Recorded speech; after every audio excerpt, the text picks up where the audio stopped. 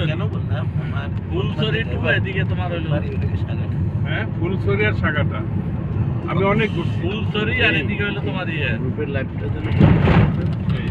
একটা ট্রেনে আসছি রাতে রংপুর দিয়ে ওরে বাবা রে বাবা রাতে দাঁড়াই দাঁড়াই রেলওয়ে ফেরি রেলওয়ে ফেরি চল উঠে গেছে রাস্তা সেই দাঁড়াই দাঁড়াই মোটর জায়গা নাই বুঝছো ব্যাংক গেছে মানে ফিরে উঠে খাইয়া নিচে এখানে যাও যে সামথিং রাইটে যায় এই যে এটি মনটা এই যে লাইভ ভিডিও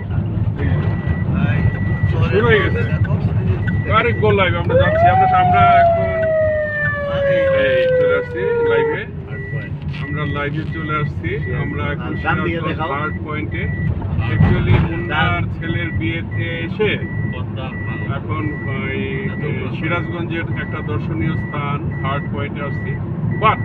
এখানে এসে অন্তত দুইজনের নাম মনে পড়লো মুন্নি এবং রত্না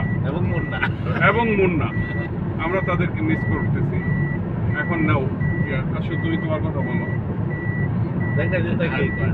দেখাও চর এটা যমুনা নদী আমরা ছোটবেলায় এখানে কত মাছ ধরছি এটা কি অবস্থা ফারাক্কার প্রভাব এইখানে যমুনা নদী ভারতের ফারাক্কার প্রভাবে এখানে হাউজিং করে দেওয়া হচ্ছে কি আছে সব কিছু স্যার আমরা মনে চলে আসি কি নদী কি হয়ে গেল এই দেখো আবার আসবে গাড়ি ঠিক মতো রাখো জি স্যার আবারে আইতো ঠিকই আইতো এখন তো রাখবো না এই কোণাটাই হলো এই মেইন পয়েন্ট সিন্ধু নদীতে বান্ধন ধরছে পাকিস্তান কি করলো আমরা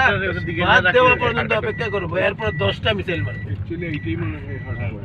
এটাই হলো হার্ড পয়েন্ট বন্দুক লে দাঁড়া রয়েছে যে ওখানে যাই আমরা একটা যাই বাইরে পার্কিং এখানে রাখো